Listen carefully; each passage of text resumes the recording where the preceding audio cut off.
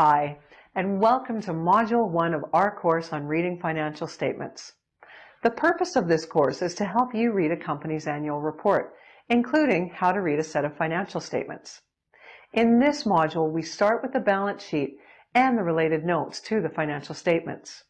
We use Microsoft's 2010 financial statements and related notes to demonstrate the key concepts. This course assumes that you have a general understanding of the basic components that make up the three key financial statements. We covered these in our Accounting Fundamentals course, which we do consider the precursor to this course. Now, let's get started. Let's look at Microsoft's balance sheet as an example of what a typical reporting company will include for its assets, liabilities, and equity. There are a few key items to note when you first look at the balance sheet. First, Microsoft statements are in millions of dollars.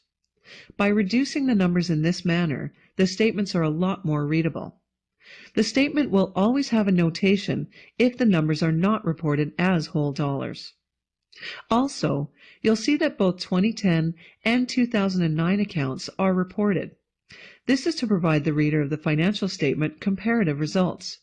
You can compare this year to last year to see how the balances have changed. One final item that may appear in the equity section of a company's balance sheet is contributed surplus. A company may issue shares with a par value.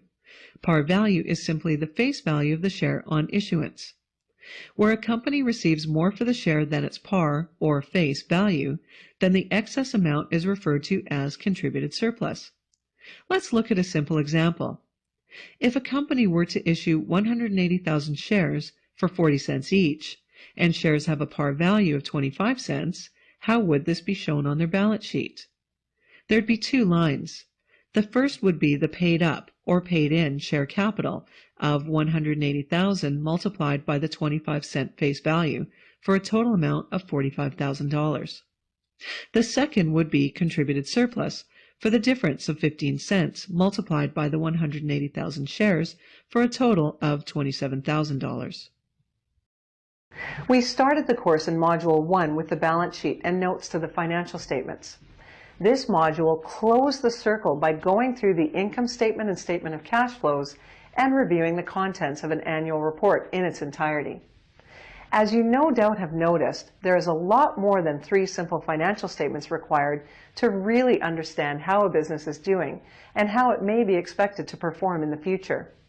If you want to learn how to further dig into the financial information to understand a company's performance, be sure to check out our financial analysis course.